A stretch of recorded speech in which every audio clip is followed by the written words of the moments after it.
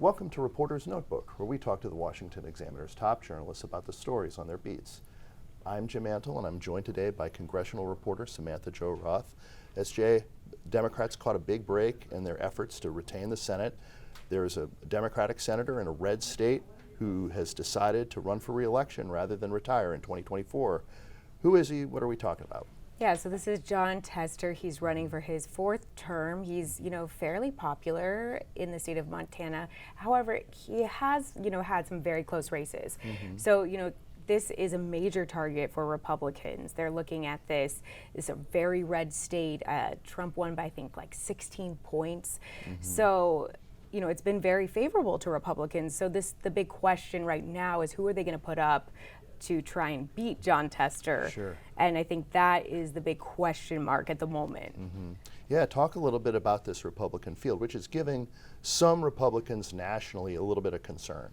Yeah, so you have Representative Rosendale, who has run against Tester before. He did not win, so that is certainly a concern. And then you have Representative Zinke, who was the Interior Secretary under President Trump, and there were some issues, and he ended up leaving the office early because of some of those issues. So I think Republicans are looking at both of these candidates, and they're concerned.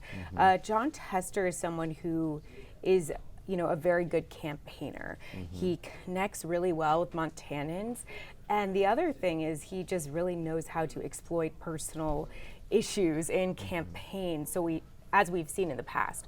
So, both of these candidates do have some liabilities, and that is a big problem for Republicans. But I will add that not all Republicans see it that way.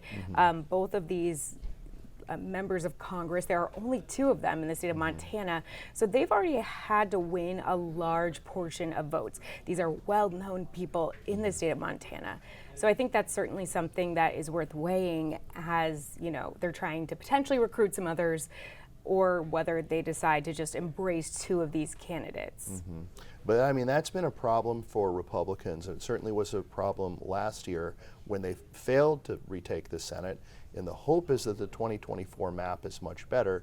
But some of these candidates that they ran, the candidate quality is sort of the phrase people use, and their associations with former President Trump, who endorsed a lot of the candidates who won their Senate nominations last time. A lot of those candidates came up short. Is there concern about that maybe repeating itself? Yeah, absolutely. When you talk to Republicans on Capitol Hill, a lot of them are really, really concerned about this. Even people I've spoken with who have no skin in any of these races are commenting. I mean, I think a lot of Republicans are looking at Arizona. There's been a lot of buzz about Carrie Lake or Blake Masters deciding whether or not they want to run. And then there's a big group of Republicans who don't want them to run because these are two candidates who have already lost races. So I think, the Arizona-Montana dynamic may be very specific to those places, but it is certainly something that is on the top of mind of Republicans, whether they're in these races or not, just looking at the map overall. So, I mean, one difference, at least in Montana, will be the last time Tester won, the president, Trump wasn't on the ballot at that time. There wasn't a presidential race happening at the same time. And 2018 was kind of a Democratic wave year. So we don't really know what kind of year Republicans are going to have in general in 2024. We do know that the map is supposed to be more favorable.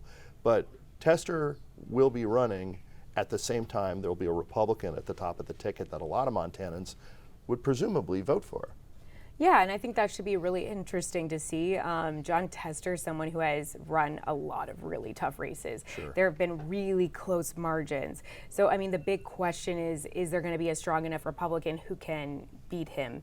He's well known. He's a farmer. He's missing 3 of his fingers because he, as a child was in an accident. So, I mean, there are just a lot of qualities about the senator that a lot of Montanans appreciate and like and see as a very unique person. Differentiates him a little bit from the national Democratic brand. Absolutely. And while Tester isn't somebody who has been as outright against President Biden as some of the other Democrats we've seen, like Manchin. He is someone who does pick and choose when he decides to stand with Democrats and when he wants to be independent. So he is able to fall back on that, but I wouldn't say he's as independent as some of the senators like Senator Joe Manchin, who we don't know if he's going to run yet.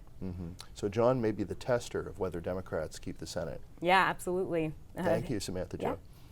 You can read Samantha-Jo and the rest of our political team's coverage at washingtonexaminer.com.